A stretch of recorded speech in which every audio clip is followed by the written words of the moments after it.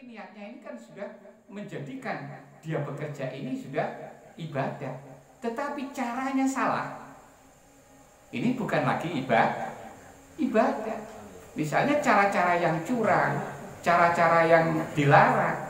Nah, ini kan bukan lagi ibadah. Dia ternyata kerjanya mencuri misalnya. Nah, mencuri diniati ibadah. Ya kan tidak bisa loh. Nah, itu. Atau tujuan. Nah, tujuan yang akhirnya bisa membelokkan arah dari yang tadi diniati untuk ibadah itu. Makanya itu menjadi semuanya semua bidang yang akan kita tangani di dunia, semuanya akan menjadi wahana ibadah dengan pengelolaan dan manajemen yang benar. Tapi ketika tidak kita kelola dengan baik dan benar, maka itu akan tetap menjadi keasliannya, yaitu demi pemuasan nafsu. Paham ya? Makanya di sini bahasanya ijtihaduka, itu yang dilarang, bukan pencarian kamu terhadap rezeki. Mencari rezeki wajar, tapi yang tidak wajar ketika kita mencurahkan segala usaha untuk mencari rezeki, itu yang tidak wajar. Jadi ungkapannya dalam hikamnya kan seperti itu. Ampun, enten malih.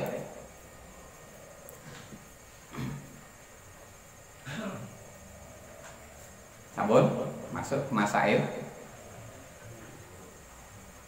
Pertanyaan nomor 109, halaman 11. Kenapa sholat 5 waktu rokaatnya tidak sama? Ini kok ada orang tanya ya aneh-aneh. Tanyanya, sholat 5 waktu kok rokaatnya tidak sama? Kan enak diseragamkan 2 rokaat saja misalnya.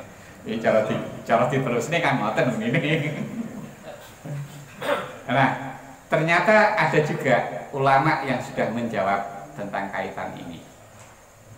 Jawaban, hikmah sholat subuh terdiri dari 2 rakaat dan waktu pelaksanaannya mulai terbit fajar. Antara lain, ini hikmah ini ya. Nah, sholat subuh waktunya, kenapa waktunya pada waktu itu? Waktunya kan pada saat fajar, terbit fajar, mulai pelaksanaannya. Terus rokaatnya hanya 2 rokaat. Apa hikmah di balik itu? Hikmahnya adalah karena keadaan yang sering terjadi pada saat bangun tidur, yaitu sikap malas dan tidak bersemangat. Mergo dhek kondisi-kondisi yang masih malas-malasan, kondisi yang belum semangat. Ibaratnya wong gurung pemanasan, maka dia masih malas. Karena belum semangat itu, oleh karenanya tugas yang dibebankan diringankan, yakni 2 rakaat yang merupakan jumlah minimal rakaatnya sholat fardu. Itu salah satu hikmahnya. Masih ada hikmah-hikmah yang lain, makanya di situ ditulis dan lain-lain. Hikmah sholat zuhur terdiri dari 4 rakaat dan dilaksanakan pada waktunya tertentu. Antara lain, karena setelah lewat tengah hari dari pelaksanaan sholat subuh 2 rakaat, maka jumlah rakaat subuh dilipatkan 1 kali kelipatan sehingga menjadi 4 rakaat. Demikian itu karena agar dapat melebur kesalahan dan kedurhakaan yang terjadi mulai dari setelah sholat subuh hingga sampai pada saat pelaksanaan sholat zuhur. Jadi mergo DE sudah berkegiatan setelah bangun tidur, bar sholat subuh dia sudah banyak kegiatan sampai pada waktu zuhur. Di antara kegiatan kebanyakan justru merupakan kedurhakaan terhadap Allah, penentangan terhadap Allah.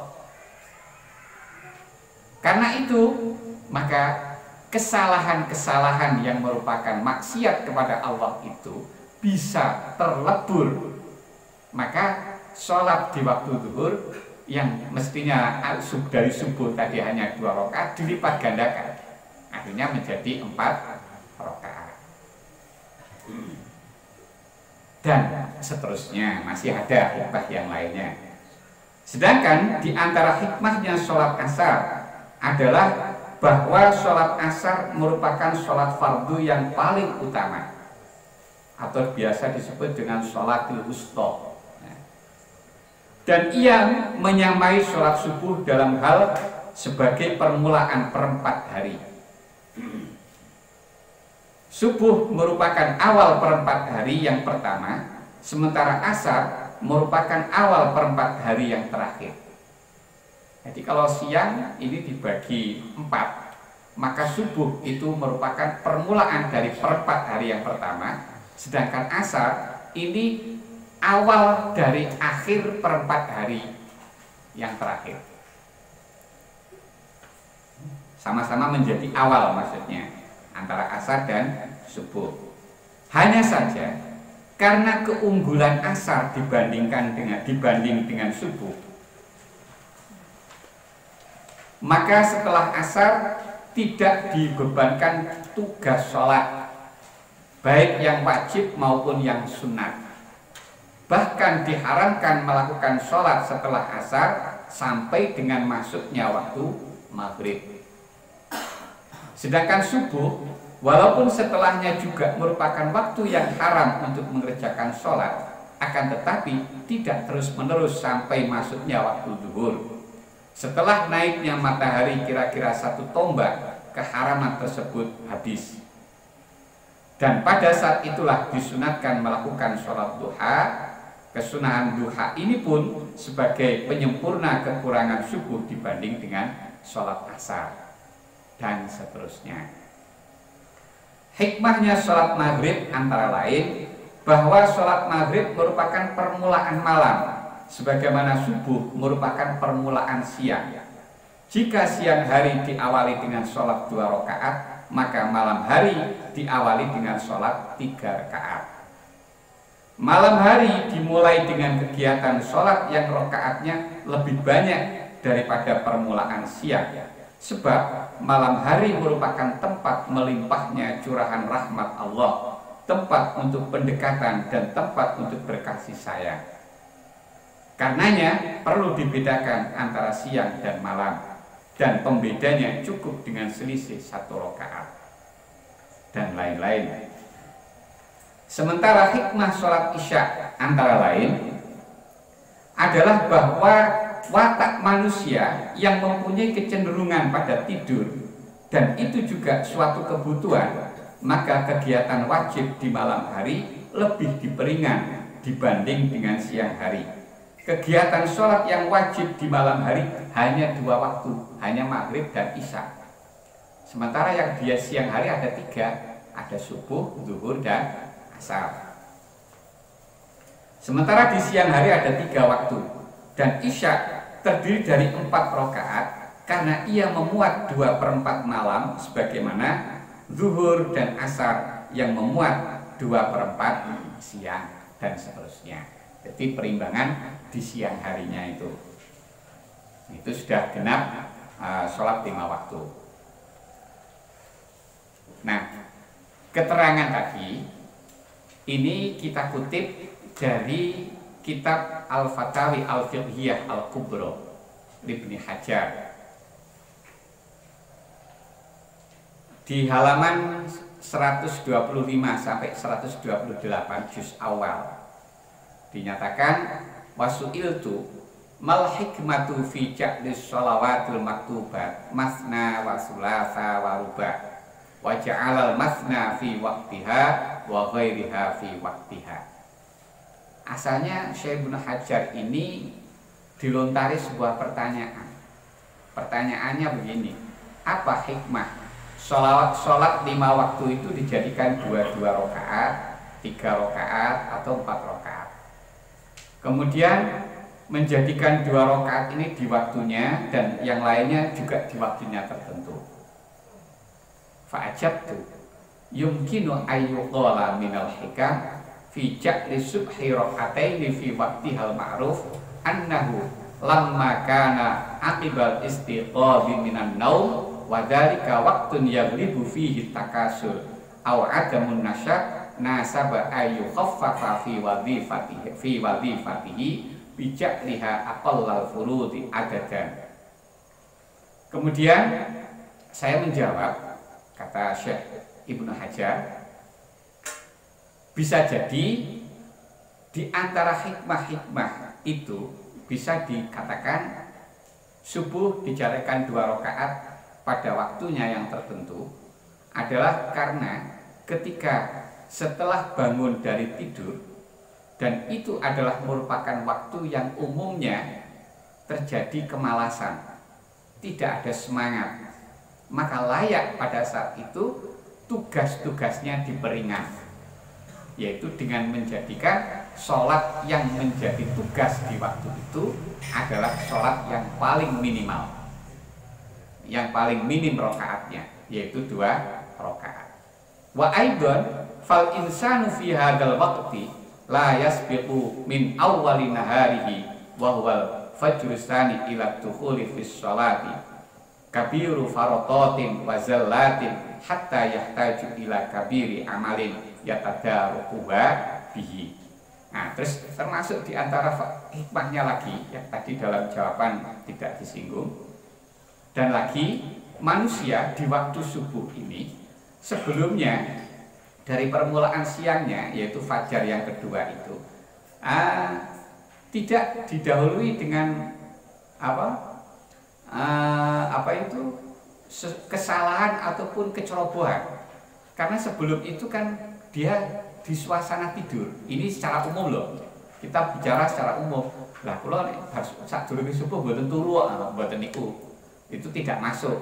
Tapi melihat keumuman manusia itu sebelum subuh kan tidur. Karena dia tidur kan tidak mungkin melakukan kesalahan, tidak mungkin melakukan kemaksiatan. Karena tidak didahului oleh kemaksiatan, tidak didahului oleh kesalahan itu, maka untuk melebur kesalahan-kesalahan yang lalu tidak dibutuhkan yang lebih banyak, cukup 2 rakaat. Makanya tidak dilebihkan dari 2 rakaat itu. Nah, mungkin ada lagi sing nawar, loh kalau memang seperti itu hikmahnya, kenapa sholat subuh tidak 1 rakaat saja?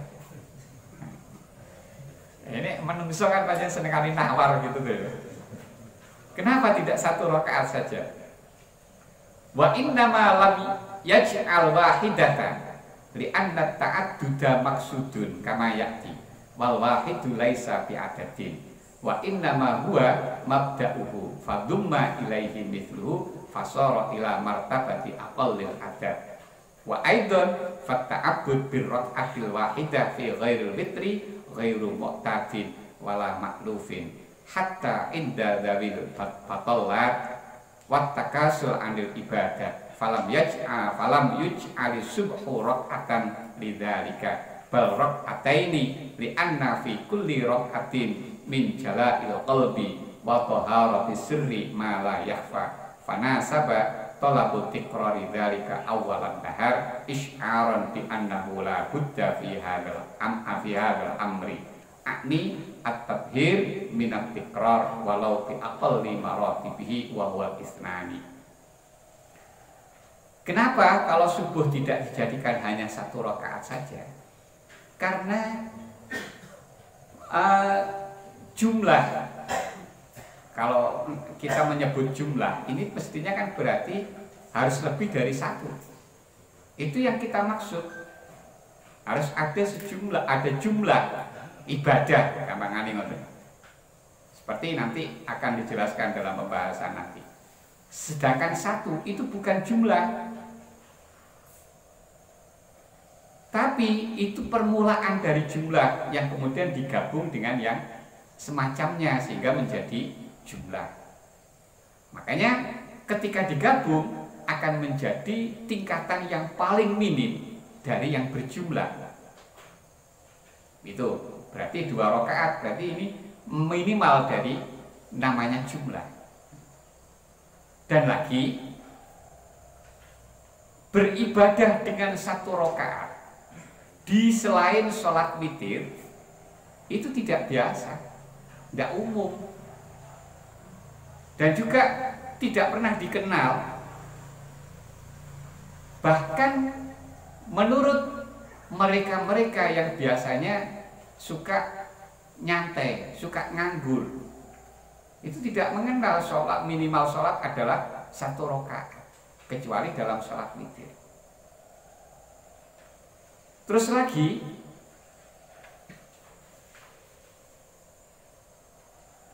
di dalam melaksanakan 1 rakaat ini ada dampak yang menjadikan hati kita menjadi bening,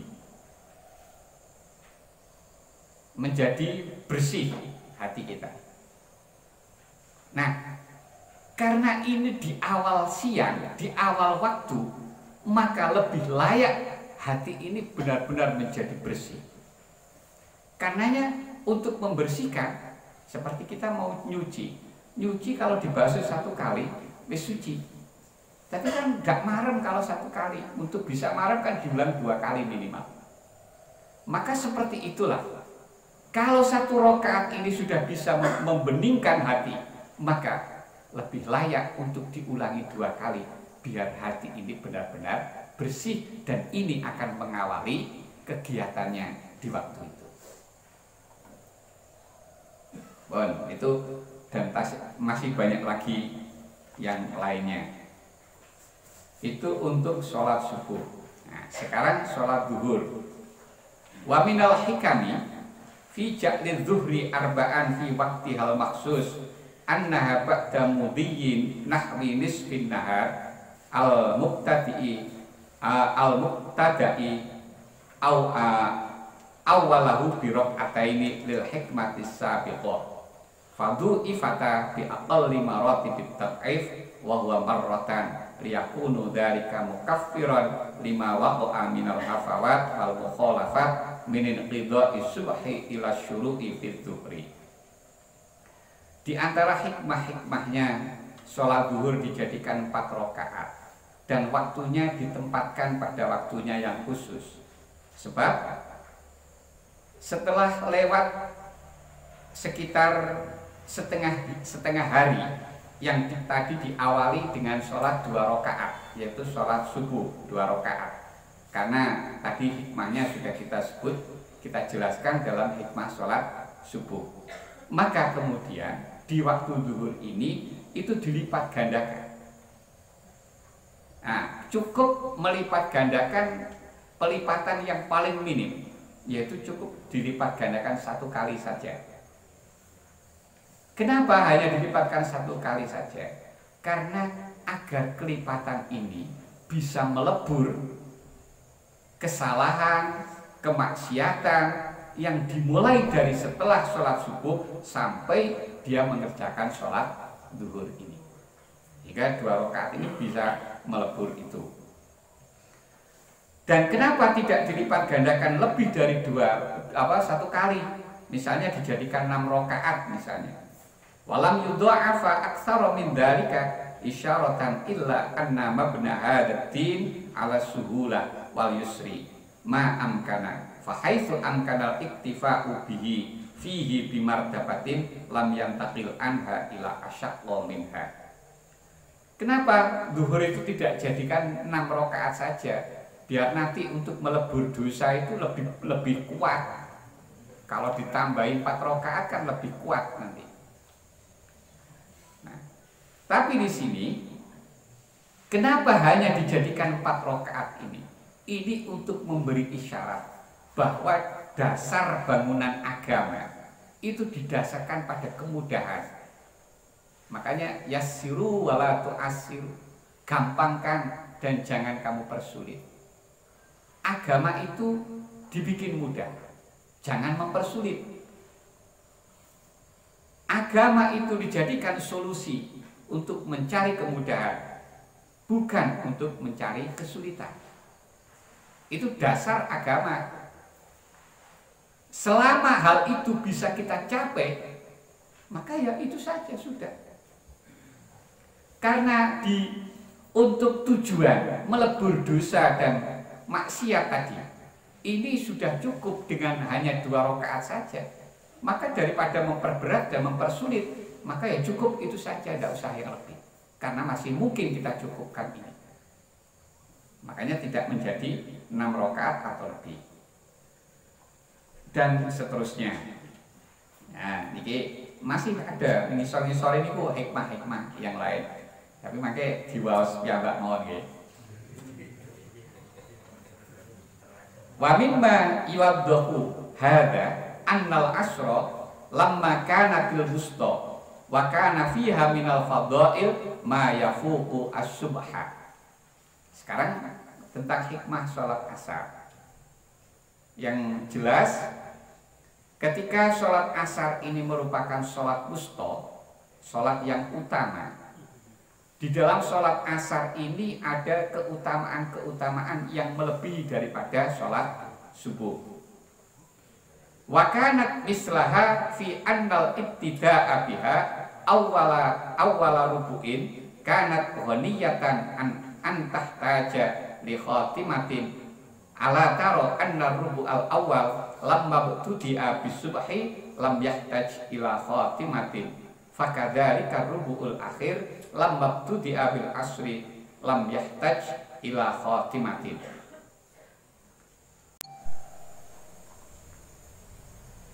Seperempat yang pertama ketika diawali dengan subuh, maka dia tidak butuh penutup. Maka demikian pula seperempat yang akhir ketika dimulai dengan asar, maka juga tidak butuh pada penutup.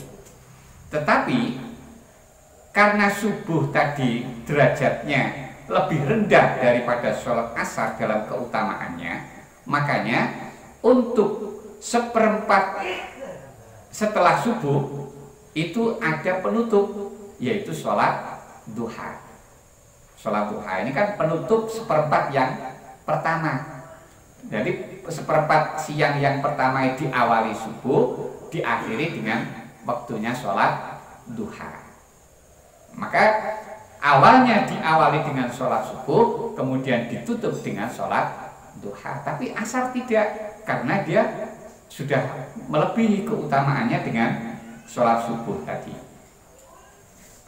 Bikhilafil asri fa innahu lam yudab lirubiha khatimatun isy'aran bi annaha ghaniyatun 'anil ihtiyaj ila jabri ghairiha lamma tudiat bihi bal zida fil isy'ar bihadzal istighna fa hurimat as-shalatu allati la sababa laha ba'daha ila akhiri rubiha isyaratan ila annal kamila qad yamna'un naqis minal ijtima'i ma'ahu fi martabatihi mutlaqan bi khilafil ghairil kamil fa innan naqisa qad yajtami'u bihi wa qad yamna'u minal ijtima'i bihi wa bihadza dhaharat al hikmatu fi imtidadi waqtil karaha min fi'lil asri ila dukhuli waqtis shalah al wajibah allati taliha wa hiya al maghrib. Kemudian lain dengan sholat asar. Setelah sholat asar ini sebagai penutup seperempat harinya, karena asar ini kan permulaan dari seperempat hari yang terakhir, maka seperempat hari yang terakhir itu tidak perlu ada penutup. Beda dengan subuh, tadi perlu penutup. Penutupnya adalah sholat duha. Tapi sholat asar tidak butuh itu. Ini menunjukkan bahwa sholat asar ini sudah tidak butuh untuk ada tambalannya.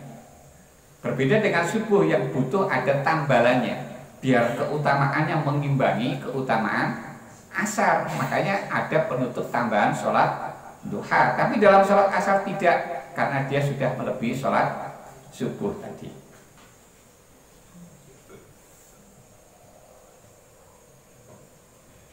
Bahkan untuk isyarat ini ditambahkan lagi bahwa setelah sholat asar ini diharamkan untuk mengerjakan sholat yang tidak ada sebab sampai pada akhir seperempat yang akhir ini, yaitu sampai sholat maghrib. Ini juga menunjukkan bahwa sesuatu yang sempurna kadang tidak bisa kumpul dengan sesuatu yang kurang. yaitu sholat asar sempurna, maka tidak bisa kumpul dengan sholat-sholat sunat yang lain. Sholat gimana sholat sunat yang lain ini lebih rendah, makanya tidak bisa kumpul. Lain halnya dengan yang tidak sempurna. Yang tidak sempurna kadang-kadang masih bisa berkumpul dengan yang kurang. Seperti sholat subuh dibanding asar tadi kurang, makanya dia bisa kumpul dengan sholat duha.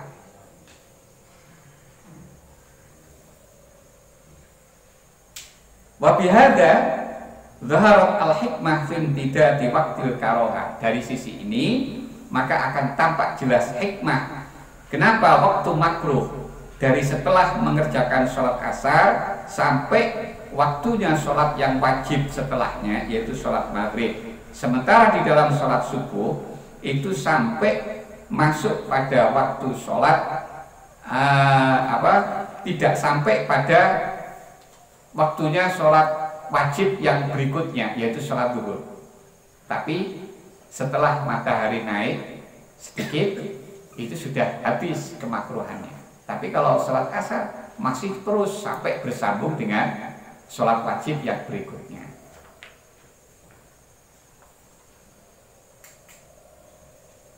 Selanjutnya, wa minal hikam fi ja'lil asri arba'an aidan annaha akhirun nahlir rubu'is salis kama taqarrara wa hiya fil haqiqah khatimatun nahar fa hiya mustamilatun ala rubu'il baqina. Iki masih asar. Pun nggih yang asar ini masih hikmah-hikmah lagi berkaitan dengan asar. Selanjutnya yang maghrib, summa laman qadhan nahar uftutihal lailu bisalasin bi ziyadati raqatin ala maftutiha bihin nahar isyaratan lima marra annal laila huwa mahallut tajallil a'dham wal qurbil akmal al atam fanasaba ayyusyara ila tamyizihi anin nahar. Nah, setelah matahari itu habis, maka malam hari dimulai. Dan malam hari ini dimulai dengan kegiatan sholat 3 rakaat. Yaitu malam hari diawali dengan sholat lebih banyak 1 rakaat dibanding awal dari siang hari. Subuh merupakan awal siang hari, ini sholatnya 2 rakaat. Tapi awalnya malam, yaitu maghrib, itu ditambahi 1 rakaat lagi. Nah, ini memberi isyarat bahwa malam itu merupakan tempat untuk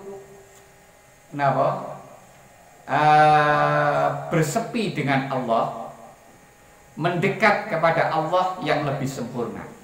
Makanya pokoknya sing model sahdu-sahdu itu kebanyakan yang di malam hari. Mulane wong pacaran sing akeh milih bengi. Wong suami istri barangnya sering yang milih bengi kok ya. Nggih lho. Nah, karena itu maka layak ini antara siang dan malam dibedakan. Dibedakan biar tidak persis. Karena ini sama-sama permulaan, tapi sebaiknya dibedakan karena suasananya tidak sama, makanya perlu dibedakan. Nah, pembedanya cukup dengan yang penting beda dengan cara yang minimal, yaitu hanya ditambah 1 rakaat saja. Kenapa? Kenapa tidak dibedakan itu dengan rakaat yang lebih banyak lagi? Ya sekali lagi karena dasar agama itu dibangun atas kemudahan dan kemurahan. Jadi ojo diangel-angel. Selama masih bisa yang mudah saja yang dikerjakan. Tidak usah yang sulit-sulit.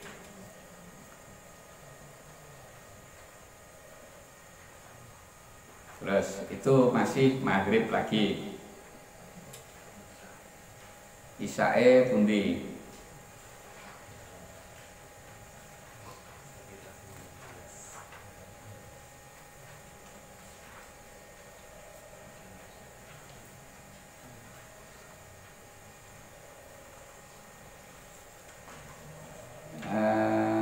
Sing isya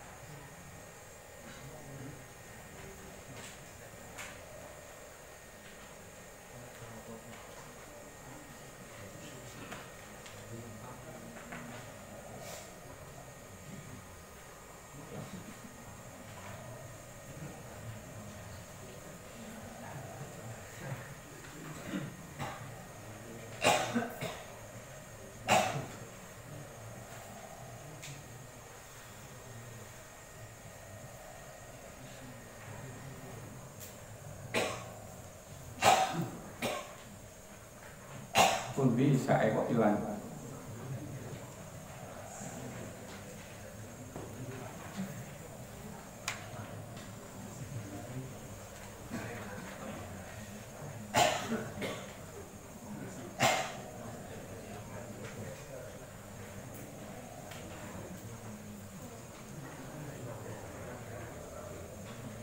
Pun niku riyen nggih. Niku mawon riyen. Yo waktune masyaallah kelewat. Lah. Dibuka pertanyaan betul. Betul, ini sampai jam 10 ya teman. Masyaallah. Apa nggih? Ya alhamdulillah. Mugi barokah manfaat. Mugi kita laksanakan tuh hidayah taufik Gusti Allah. Angin kita baca tambah mempeng, tambah sae. Mungkin hayang kapijan kita wonten pun ngantos meja wonten akhiratipun. Kata kekirangan, kata keluputan yang pun papunten. Dina siratal mustaqim. Allahumma waffiq ila aqwamit thoriq. Wassalamualaikum warahmatullahi wabarakatuh. Bismillahirrahmanirrahim. Alhamdulillahirabbil alamin. Wassalatu wassalamu ala sayyidina Muhammadin wa ala alihi washabihi ajmain. Allahumma yassir lana ma ta'assara alaina min umurina umrina umril akhirah. Allahumma ij'alna wa dhurriyyatina wa talamidina min ahlil ilmi wa ahlil khair wa la taj'alna wa iyyahum min ahlil jahli wa ahlil dhair. Allahumma barik lana fi ulumina, Allah barik lana fi hayatina, Allah barik lana fi arzaqina, Allah barik lana fi azwajina, Allah barik lana fi dhurriyyatina, Allah barik lana fi audatina, Allah barik lana fi talamidina, Allah barik lana fi ma'hadina hadza bi rahmatika arhamar rahimin. Allahumma inna nas'aluka ilman nafi'a wa amalan shalihan maqbula wa rizqan wasi'an halalan thayyiban wa waladan shalihan wa shifaan min kulli da'in wa saqamin bi rahmatika arhamar rahimin. Allahumma anfa'na bima 'allamtana wa 'allimna bima yanfa'una wa zidna ilman. Alhamdulillah ala kulli hal. Allahumma inna na'udzubika min 'ilmin la yanfa' wa qalbin la yakhsha' wa 'ainin la tadma' wa nafsin la tashba' wa 'amalin la yurfa' wa du'ain la yusma'. Allahumma ya muhawwil al-ahwal hawwil halana ila ahsani hal bi hawlika wa quwwatika ya 'azz ya muta'al. Rabbana zalamna anfusana wa illam taghfir lana wa tarhamna lanakunanna minal khasirin. Rabbana atina fid dunya hasanah wa fil akhirati hasanah wa qina adzabannar. Wa sallallahu ala sayyidina Muhammadin nabiyil ummi wa ala alihi washabbihi wa baraka wa sallam. Subhana rabbika rabbil izzati amma yasifun wa salamun alal mursalin walhamdulillahi rabbil alamin. Bismillahirrahmanirrahim. Subhanakallahumma wa bihamdika asyhadu an la ilaha illa anta astaghfiruka wa atubu ilaik. Subhana rabbika rabbil izzati amma yasifun wa salamun alal mursalin walhamdulillahi rabbil alamin. Allahumma salli ala Muhammad ya rabbi salli alaihi wasallim. Allahumma salli ala Muhammad ya rabbi salli alaihi wasallim. Allahumma salli ala Muhammad ya rabbi salli alaihi